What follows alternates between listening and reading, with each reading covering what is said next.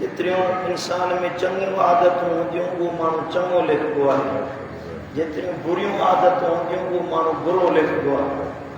चवंदा आहिनि त हेरे जी हेर टंग भञे न लहे, सम्झो था। जेतिरियूं आदतूं हूंदियूं इंसान जो आदतूं इंसान जे उज़वे वांगुरु हूंदियूं आहिनि। जीअं इंसान जा आज़ा आहिनि, हथ आहिनि, पेर आहिनि, ईअं इंसान जो आदतूं बि हुनजे जिस्म जो हिसो बणिजी वेंदियूं आहिनि। आदत कॾहिं बि मौत खां अॻु में जान न छॾींदी आहे। जेका आदत पइजी वई सा ख़तमु न थींदी, लहंदी कोन, उहा जान न छॾींदी आहे इंसान जी। इन करे बुज़ुर्गनि फरमायो आहे त तव्हां पंहिंजे अंदरि भलियूं आदतूं अपनायो, सुठियूं आदतूं अपनायो, बुरियुनि आदतुनि खां बचायो पाण खे। सुठनि कमनि खे, सुठनि मामलात खे, चङनि भलाई जे कमनि खे पंहिंजी आदत बनायो, बुरनि आदतुनि खां, बुरनि कमनि खां पंहिंजो पाण खे बचायो। जे बुराई तव्हांजे नफ़्स में वेही वई त हमेशह उहा जवानी खां जा शुरू थी त पुराण में उहा बुराई पई हलंदी। सो बुरियुनि आदतुनि खां जेतिरो थी सघे पंहिंजे पाण खे बचायो। अल्लाह ताला जी महिरबानी उन माण्हू जे मथां थींदी आहे जेको माण्हू पंहिंजो पाण खे तब्दील कंदो आहे। क़ुरान मजीद जी आयत मुबारक आहे सूरह रअद में अल्लाह ताला फरमायो इन्नल्लाह ला युग़य्यिरु मा बिक़ौमिन हत्ता युग़य्यिरू मा बिअनफुसिहिम। बेशक अल्लाह की कौम जे बेहतर हालत खे न बदलाईंदो आहे जेस ताईं उहे पाण में नाफरमानी करण वारा हालात न पैदा कनि। अल्लाह ताला हिकिड़ी क़ौम चङी आहे, चङाई हुननि में आदत आहे, चङाई भलाई सुठाई हुननि में आहे, अल्लाह हुननि खे तब्दील न कंदो आहे, बल्कि उहे पाण जेसीं पंहिंजूं आदतूं न बदिलाइनि, चङाई खां फिरी बुराई ॾे हलिया विया, सुठाई खां फिरी गंदाई ॾे हलिया विया, अल्लाह ताला पोइ हुननि में पंहिंजो अज़ाब नाज़िल कंदो आहे, पोइ हुननि जे अंदरि बुरायूं पैदा थींदियूं आहिनि। साईं करीम सल्लल्लाहु अलैहि वसल्लम जन हज़रत सैयदना अब्दुल्लाह बिन आमिर बिन आस रज़ियल्लाहु तआला अन्हु के फरमायो या अब्दुल्लाह ला तकुन मिस्ल फुलानिन कान यक़ूमुल लैल फतरक क़ियामल लैल। ए अब्दुल्लाह उन माण्हू वांगुरु न थी जाए जे माण्हू जी आदत हुई रात जो क़ियामुल लैल करण जी, रात जो थी जागंदो हुयो पोइ उन क़ियामुल लैल छॾे ॾिनो। इहा भली आदत हुई, सुठी आदत हुई, रात जो तहज्जुद पढ़ण जी, अल्लाह जी इबादत करण जी, चङाई जी आदत हुई। बाद में उहा आदत छॾे ॾिनी। तव्हां उन्हनि माण्हुनि वांगुरु न थी जो, बल्कि जेका आदत तव्हांजे अंदरि सुठी आहे उन ते मज़बूत थी वञो, उनखे छॾियो न, ऐं जेका बुरी आदत आहे उनखे पाण खां परे कयो, तॾहिं तव्हांखे अल्लाह ताला पंहिंजी रहमत जो हक़दार बणाईंदो। बुज़ुर्गनि फरमायो त अल आदात काहिरातुन, आदतूं इंसान जूं मजबूरियूं हूंदियूं आहिनि। सम्झो था, आदतूं इंसान जूं मजबूरियूं हूंदियूं आहिनि। फमन इताद शयन फि सिर्र फदहु फिल अलानियत, जे लिक छुप में का बुरी आदत अपनाई ज़रूर बिल ज़रूर उहा माण्हुनि जे साम्हूं ज़ाहिर ज़रूर हुनखे ज़लील रुसवा करे छॾींदी। हिकिड़ो माण्हू तन्हाई में कूड़ ॻाल्हाइण जो आदी आहे, अहिड़ो उन में पंहिंजे यारनि दोस्तनि में माण्हू वेठो हूंदो आहे न, त उन में उहा आदत पइजी वेंदी त ज़ाहिर ज़रूर उहा आदत ज़रूरु पवंदी।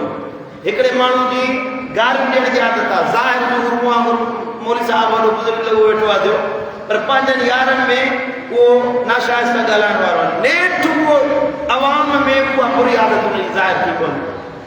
इन जे करे बुज़ुर्ग फरमायो त जेका आदत तन्हाई में अपनायो उहा तव्हांखे ज़ाहिर ज़रूर तव्हांजे अंदरि ज़ाहिर थींदी। इन जे करे पंहिंजी ख़लवत ऐं पंहिंजी जलवत भलियुनि आदतुनि वारी बनाए छॾियो। जहिड़ा माण्हुनि जे साम्हूं हुजो अहिड़ा तव्हां पंहिंजे घर में अकेलाई में हुजो।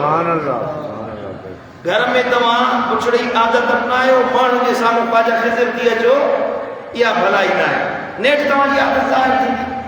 मुंहिंजा दोस्तो, त आदत माण्हुनि मथां बादशाही कंदी आहे। जेको इंसान आहे न, इन जे मथां हुकूमत हुनजी आदतुनि जी हूंदी आहे। आदत इंसानी ज़िंदगी जी अॻुवाणी ऐं रहनुमाई कंदी आहे। माण्हुनि जे अंदरि जेका आदत आहे उहा तव्हांजी रहनुमा आहे, तव्हांखे कहिड़े वाट ते वठी वञिणो आहे।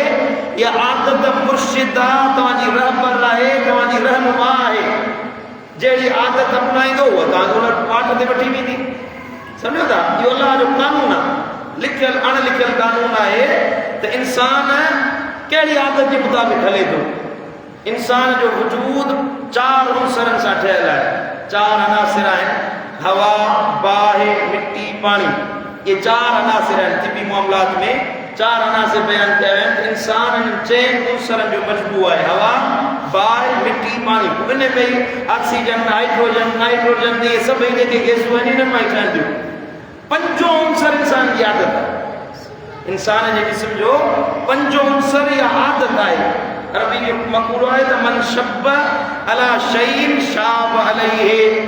जे माण्हू जे कम ते जवानी कंदो आहे त क़ुरान में उहो ई कमु कंदो रहंदो। ॾिठो आहे न तव्हां? जे माण्हू जी जवानी में बुराई जी आदत हूंदी, ॻाल्हि ॾियण जी आदत हूंदी, बुछड़ी आदत हूंदी, त उहो क़ुरान में उहो ॻाल्हि पियो ॾींदो, गदमत पियो ॻाल्हाईंदो। पर जवानी में जेकॾहिं हुनजी आदत थी क़ुरान पढ़ण जी, हदीस पढ़ण जी, मदीने वारे साईं जी तारीफ़ करण जी, उमिरि ढली वेंदी, उहा आदत हुन मां कोन निकिरंदी। माण्हू मां बुरी आदत जो निकिरणु तमामु मुश्किल आहे। जेका बुरी आदत इंसान जे अंदरि वेही वई न, उहा निकिरंदी न आहे सवाइ वॾी हिमत जे, जागोड़ जे, वॾी मुशक़त जे। को माण्हू हिमत भरियो हुजे। बुज़ुर्गनि फरमायो त तव्हांखे को माण्हू चवे त जबल पंहिंजी जाइ छॾे उतर खां ओलह हलियो वियो आहे, ॻाल्हि मञिजो। पर तव्हांखे को चवे त हुन माण्हू पंहिंजी आदत बदिली करे, तब्दील करे छॾी, आदत छॾे ॾिनी आहे। माण्हू आदत कोन छॾींदो आहे, जबल जाइ छॾे सघे थो, आदत जाइ नथी छॾे सघे। सम्झो था? इन जे करे माण्हू खे बुरियुनि आदतुनि खां बचणु घुरिजे। बुरी आदत सियारे जे मौसम में गरम बिस्तरे में वञण जे मिसल आहे। सियारे जो मौसम हुजे न, गरम बिस्तरो हुजे, ॿाहिरि सर्दी हुजे, पारो पियो पवे, तव्हां बिस्तरे में लिको, वञणु सवलो आहे, निकिरणु केॾो ॾुखियो आहे। सियारे में बिस्तरे मां पोइ निकिरंदो, राति जो सर्दी में मजबूरी थी वञे पोइ माण्हू बिस्तरे मां निकिरंदो। हिमत जी ॻाल्हि आहे। को हिमत वारो हुजे, बरजस्त माण्हू हुजे जेको सियारे में बिस्तरे खां ॿाहिरि निकिरे। सो माण्हू में हिमत पैदा करणु घुरिजे। जेसीं पंहिंजे अंदरि तवक्कुल अल्लाह पैदा करे, हिमत पैदा करे, पोइ हिन बुरियुनि आदतुनि मां ॿाहिरि निकिरो। जेकॾहिं तव्हां कामयाबु थियणु चाहियो था, इज़त चाहियो था, अल्लाह वटि तव्हां भला बणजणु चाहियो था, मुआशरे में बहितरीन बणजणु चाहियो था, त बुरियुनि आदतुनि खे ख़तमु करे उहे आदतूं अपनायो जेके मुंहिंजे दिलि पर नबी मोहम्मद मुस्तफ़ा करीम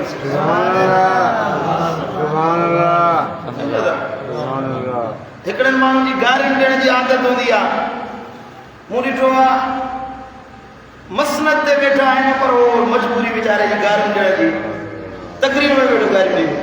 सम्झो था? गारियूं ॾियण जी आदत। हिकिड़े माण्हू जी कूड़ ॻाल्हाइण जी आदत आहे।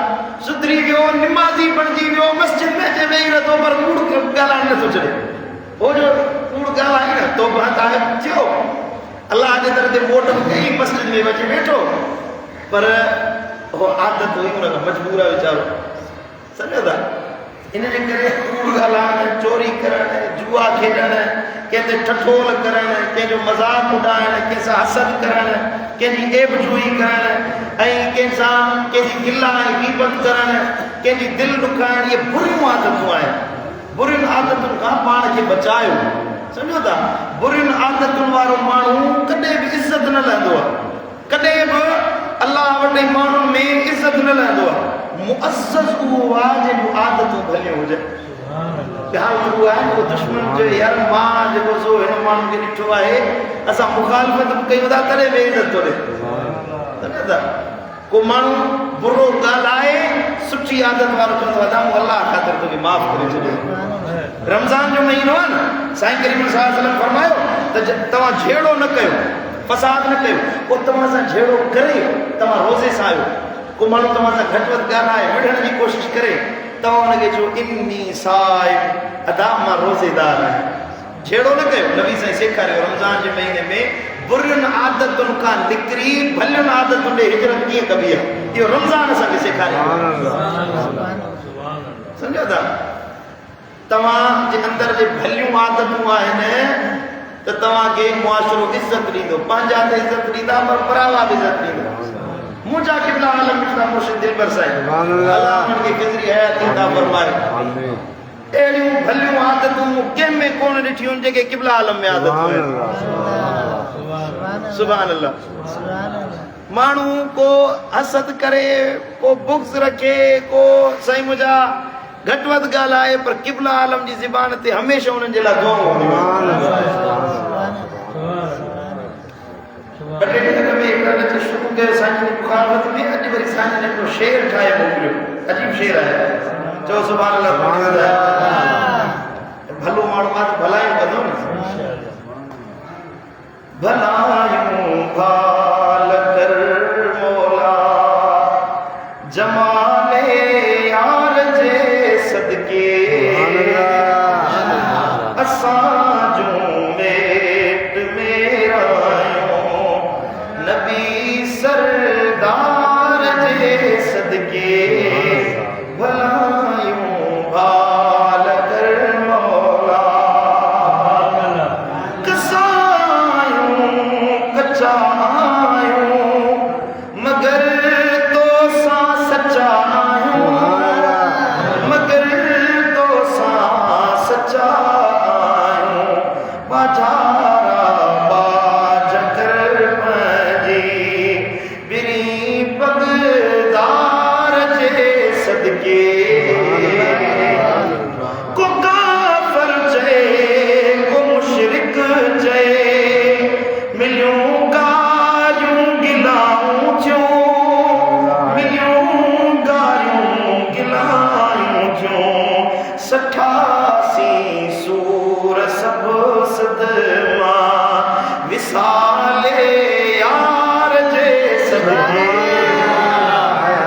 88 सूर सब सदमा विसाले यार जे सदके, भलायूं बाल कर मौला कलम भी आ इल्म भी आ, गालाइण ले ज़बान भी आ, गालाइण ले ज़बान भी आ। मुखालिफन के जवाब ॾियण जे लाइ असां वटि सरमायो आहे, कलम भी आ इल्म भी आ, गालाइण ले ज़बान भी आ, गालाइण ले ज़बान भी आ, न वरंदी ॾियूं था हासिद खे ख़याले यार जे सदके, न वरंदी ॾियूं था हासिद खे, न वरंदी